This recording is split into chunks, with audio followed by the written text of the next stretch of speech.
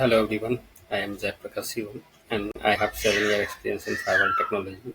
So today we discuss about what is running configuration and candidate configuration. What is the difference between them? So let's start. So running configuration जो है और candidate configuration, आपका running configuration क्या होता है कि जो आपके फायरवॉल में जो करेंटली जो कॉन्फ़िगरेशन रन हो रहा हो उसको रनिंग कॉन्फ़िगरेशन बोलते हैं। कैंडिडेट कॉन्फ़िगरेशन वो हुआ जिसमें क्या है कि आपको कोई भी चेंजेस जो करते हैं, ठीक है, कोई भी ऐप जो सिक्योरिटी रूल हो, नेट रूल हो, एड्रेस क्रिएट करना, ग्रुप क्रिएट करना, जो जो चीज़ भी क्रिएट करते हैं उसको ना हम कैंडिडेट कॉन्फ़िगरेशन में उसको पहले करते हैं, ठीक है। तो आप डायरेक्टली जो है इसमें रनिंग कॉन्फ़िगरेशन में कोई चेंजेस नहीं कर सकते, कुछ भी एडिटिंग कुछ नहीं मॉडिफाई कर सकते। जो भी है पहले कैंडिडेट कॉन्फ़िगरेशन में आपको उसको करना पड़ेगा, फिर उसके बाद कमिट करेंगे तो फिर रनिंग कॉन्फ़िगरेशन पे वो रन होगा, वो फायरवॉल पे इम्प्लीमेंट होगा, ठीक है। बात करें सेव स्टोरेज क्या होता है, तो ये इंटरनल जो है इसका जो लोकेशन होता है स्टोरेज का, वहाँ पे ये सेव होता है। ये क्या है कि आपको मेमोरी रैम में हो सेव होता है, टेम्प्रोरी वोलेटाइल स्टोरेज होता है।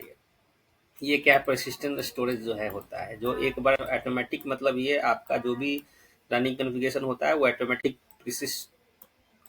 आपका ऑटोमेटिकली स्टोर होता है। बट इसमें क्या है कि यदि आप सेव नहीं करते हो कैंडिडेट में, तो वो क्या हो जाएगा कि आपका वोलेटाइल हो जाएगा, मतलब आपका फायरवॉल रिबूट हुआ तो वो कॉन्फ़िगरेशन चला जाएगा, ठीक है। तो उसके लिए जो है ना सेव करना पड़ता है, आप सेव कर दोगे तो रहेगा ऑटोमेटिक। जैसे इस तरह रनिंग कॉन्फ़िगरेशन में ऑटोमेटिक जो है वो सेव हो जाता है, persistent स्टोरेज में चला जाता है, वैसे नहीं जाएगा कैंडिडेट कॉन्फ़िगरेशन। अब आपको बात करें, स्टोरेज हो गया, हम मॉडिफाई नहीं कर सकते हैं। अच्छा, डॉट एक्सएमएल फाइल में ना दोनों जो है आपका सेव होता है। डॉट एक्सएमएल फाइल में क्या होता है कि दोनों सेव होता है, ठीक है। और ये मेन डिफरेंस है, और आपको ना इसको मेन आपको लैब में एक्सप्लेन करता हूँ। चलिए आप फायरवॉल पे डायरेक्ट जो है हम बात करते हैं, डिस्कस करते हैं। देखो, तो ये आपका फायरवॉल है। तो इसमें क्या है कि कुछ कोई चीज़ भी आपको यदि रनिंग कॉन्फ़िगरेशन में डिफर करना है, मान लीजिए कि मैं एक ऑब्जेक्ट क्रिएट करता हूँ, ठीक है। एक ऑब्जेक्ट एड्रेस ऑब्जेक्ट बनाता हूँ। सपोज करो कि मैं आईपी डाल दिया,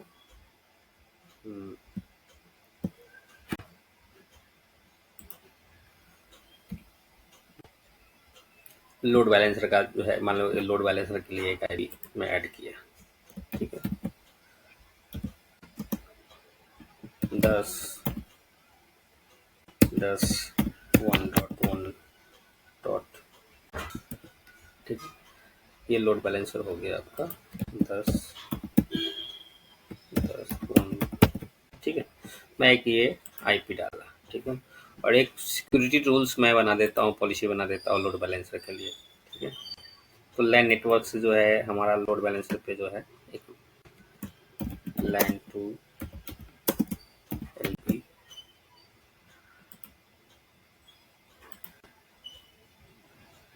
होस्ट,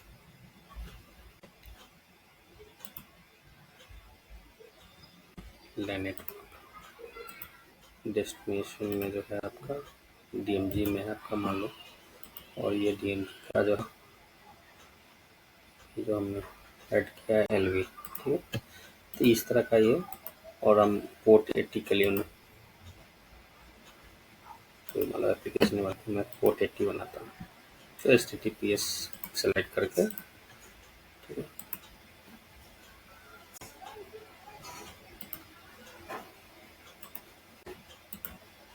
एक रोल क्रिएट कर दिया, ठीक है। अब इसको मैं कमिट नहीं करता। ये जितने भी अभी काम मैं किया ये सब किस में हो रहा है, सिर्फ एक कैंडिडेट कॉन्फ़िगरेशन में हो रहा है, ठीक है। जब मैं कमिट करूंगा इसको तो वो जाके आपका रनिंग कॉन्फ़िगरेशन फायरवॉल पे बनेगा, तब ये रन होगा, इम्प्लीमेंट होगा इस चीज़ को, ठीक है। तो जब हम रन कमिट कर देंगे तो वो ऑटोमेटिक क्या हो जाएगा, प्रेसिस्टेंट स्टोरेज में, मतलब उसका इंटरनल जो फाइल लोकेशन जहाँ पे सेव होता है वहाँ जाके वो सेव हो जाएगा।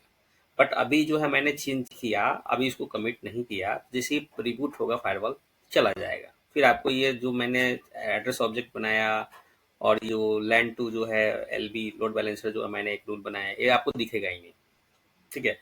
अब आपको यदि इसको मान लीजिए कि हम कमिट नहीं करके हम इसको सेव करना चाहते हैं कि फाइल चला जाए तो रिबूट हो तो भी जो हमारा ये चीज़ दिखे, तो यहाँ पे देखो सेव चेंजेस करके यहाँ पे आता है, तो इसको सेव चेंजेस करोगे तो आपका सेव हो जाएगा, ठीक है।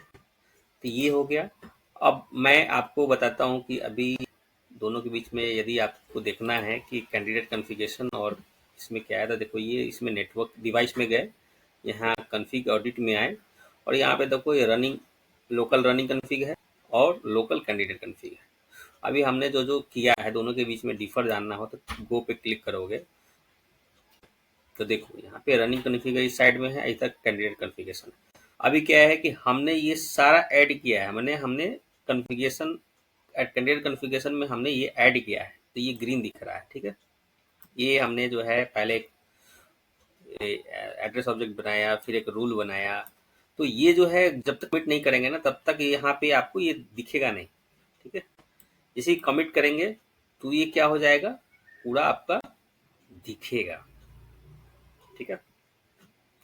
तो आप देखो ये हो गया। और यदि CLI से यदि आप चेक करना चाहते हो, ये तो हो गया। आप यहाँ पे मान लो कि कौन यूजर जो है इस कमिट को किया, तो इसमें जाके मॉनिटर में आप जाके देखोगे तो कॉन्फ़िगरेशन में जाओगे तो ये जो है ना, जो एडमिन के थ्रू ये जो कॉन्फ़िगरेशन में चेंजेस किया गया है वो इसका यहाँ पे दिख जाएगा, आपका नाम कौन सा यूजर है, ठीक है। तो अभी तो मान लीजिए कि रियल इन्वायरमेंट में मल्टीपल जो यूजर्स होंगे आप एक कंपनी में, तो उसका सारा जो है क्रेडेंशियल बनाता है उसका नाम दिख जाएगा आपको, कब क्या किसने क्या किया। तो ये चीज़ है ना, ऑडिट के थ्रू जो है आपको सारा चीज़ है आइडेंटिफाई होता है, ठीक है। अभी उसी तरह CLI से आप ये तो GUI से है, यदि आप CLI से चेक करना चाहते हो, CLI से चेक करना चाहते हो, चेक करना चाहते हो दोनों के बीच में रनिंग कॉन्फ़िगर और इसमें डिफर क्या है, तो आप यहाँ पे शो लिख सकते हो, show command show config differ, जो है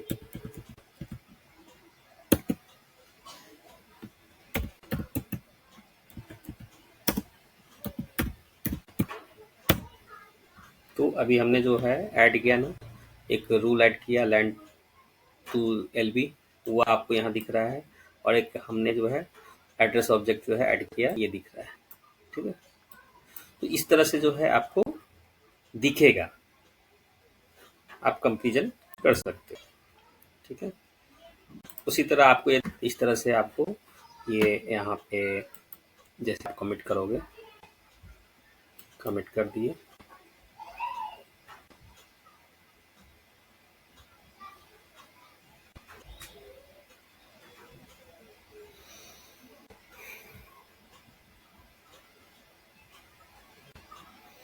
हाँ। अब यदि आपके इन्वायरमेंट में क्या है, मल्टीपल यूजर्स होंगे, तो उसमें क्या है कि एट ए टाइम मान लो 10 यूजर जो है इस पे चेंजेस कैंडिडेट कॉन्फ़िगरेशन में चेंजेस कर रहा है, तो फिर मान लो कन्फ्लिक्ट हो जाएगा। इसके लिए क्या होता है कि हाँ, इसको जो है ना लॉक कर सकते हैं। आपको ना कोई कमिट आप यदि पहले इसको लॉक कर दोगे तो क्या है कि दूसरा यूजर जो है उस पर कन्फ्लिक्ट नहीं कर पाएगा, मॉडिफाई नहीं कर पाएगा। तो आपका पहले जब तक नहीं होगा तब तक आप उसको रिलीज नहीं करो, तब तक दूसरा यूजर जो है वो नहीं कर सकता है कुछ भी उस कैंडिडेट कॉन्फ़िगरेशन में चेंजेस, ठीक है। और आपका ये जो है रिवर्ट करने का, मान लो कि रनिंग कॉन्फ़िगरेशन जो हमने कम कर दिया और फिर चाहते कि नहीं हम ओल्ड प्रीवियसली जो है हमारा रनिंग कॉन्फ़िगरेशन पे चले, तो ये रिवर्ट चेंजेस कर दोगे तो आपका जो करंट जो कॉन्फ़िगरेशन वो रिवर्ट हो जाएगा प्रीवियस कॉन्फ़िगरेशन रनिंग कॉन्फ़िगरेशन में, ठीक है। तो ये है।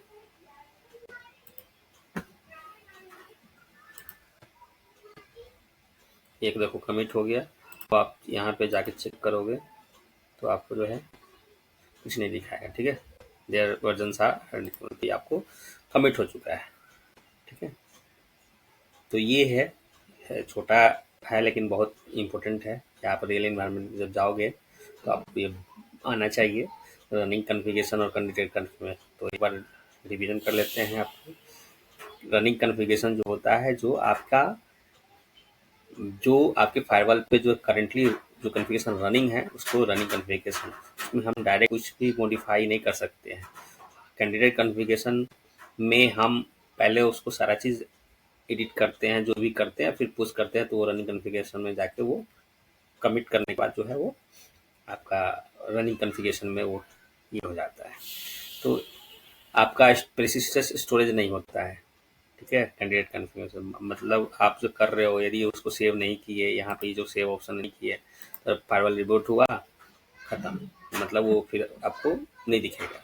लेकिन इसमें क्या है कि रनिंग कॉन्फ़िगरेशन में क्या होता है कि जो कमिट किया वो जाके persistent स्टोरेज में जाके सेव हो गया, मतलब स्टोरेज उसका persistent स्टोरेज है, ऑटोमेटिकली वो होता है इंटरनल जो लोकेशन है उसका, वहाँ पे जाके वो फाइल लोकेशन में सेव होता है। आपका जो है .xml में दोनों जो है कॉन्फ़िगरेशन जो फाइल जो है सेव होता है। और मल्टी यूजर हो तो आपको लॉक के लिए जो है आपको यूज करना पड़ेगा, ठीक है। तो ये बेसिक मेन है, बस यही आज के लिए इतना ही। फिर मिलते हैं नेक्स्ट वीडियो में। Thank you.